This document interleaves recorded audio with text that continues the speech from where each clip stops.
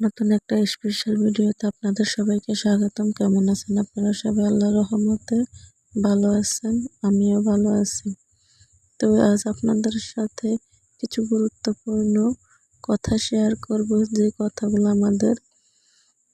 আপনাদের সবার জানা দরকার, এবং আমরা সবাই যদি বাস্তব জীবনে পালন করতে পারি তাহলে আমাদের ঘর সুন্দর হবে, বাড়ি সুন্দর হবে, সমাজ সুন্দর হবে। তো ধৈর্য ধরে আপনারা আমার পাশে থাকবেন, ইনশাআল্লাহ আপনাদের ভালো লাগবে। ইমাম গজালি রহমাতুল্লাহি আলাইহি বলেছেন, সন্তানের জন্য সবচাইতে বড় শিক্ষক হচ্ছে তার মা। আপনি যদি আপনার সন্তানকে ভালো শিক্ষা দেন, ভালো ব্যবহার শিখেন, ভালো পড়ালেখা শিখেন, দেখবেন আপনার সন্তান ভালো হবে। দিন শিখেন। আর যদি আপনার সন্তানকে আপনি সুশিক্ষা না দেন, দিন শিক্ষা না দেন, আপনি সন্তানরা যদি আপনি একটা খেলনা না দেন, তাহলে আপনার সন্তান 1 ঘন্টা কান্না করবে। আর যদি সুশিক্ষা না দেন, তাহলে সারা জীবন কান্না করবে।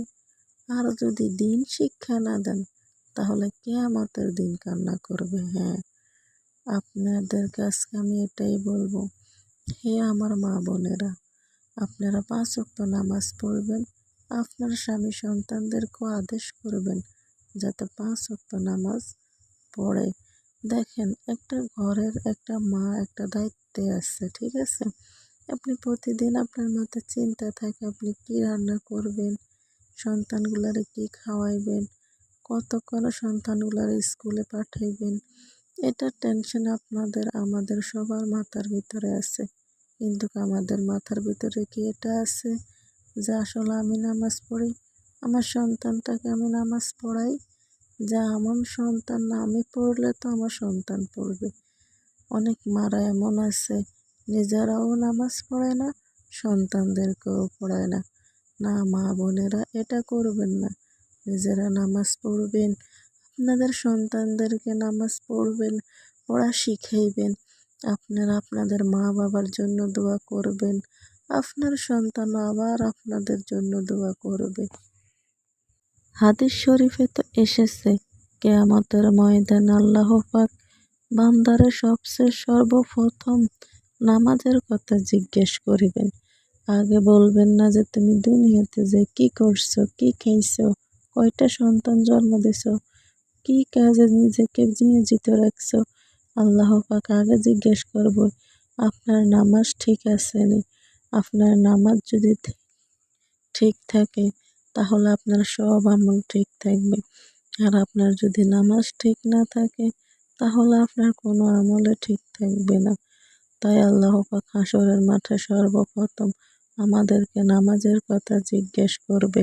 আর আমাদের নামাজ যদি সঠিক হয়, নামাজ ঠিক থাকে, আমাদের আর কোনো চিন্তা নেই, টেনশন নেই। সেই জন্য বলতেছে আমার মা বোনেরা, আপনাদের সন্তানদেরকে দিন শিক্ষা দিবেন, আপনারাও দিন শিখবেন, এলেম অর্জন করবেন। একজন মুসলিম হিসাবে নরনারীর উপর, প্রত্যেক মুসলমানের উপর দ্বীনি এলেম শিক্ষা করা ফরজ। আপনি যদি সহি শুদ্ধ করে কোরআন তেলাওয়াত শিখতে পারেন, আর এই কোরআন তেলাওয়াত দিয়ে যদি নামাজ আদায় করেন, এই নামাজ কাল হাসরের মাঠে আপনাকে নাজাতের পথ দেখাবে। আমরা ঘরের মারা যদি সঠিকভাবে চলাফেরা করি, আমাদের সন্তানেরা আমাদের থেকে শিখে সঠিকভাবে চলাফেরা করবে। দেখেন, আপনি যদি আপনার সন্তানকে নামাজি বানান, তার সন্তানরে সেও নামাজি বানাবে, হাফেজে কোরআন বানাবে। সেই জন্য বলতেছি, আমরা সবাই আদর্শবান মা হই। শুধু মা হলে মা হয় না, পেটে ধারণ করলে মা বলে না, প্রসব করলে মা হয় না। মা হওয়ার ভিতর অনেক দায়িত্ব আছে, কর্তব্য আছে। আমার এই ছোট্ট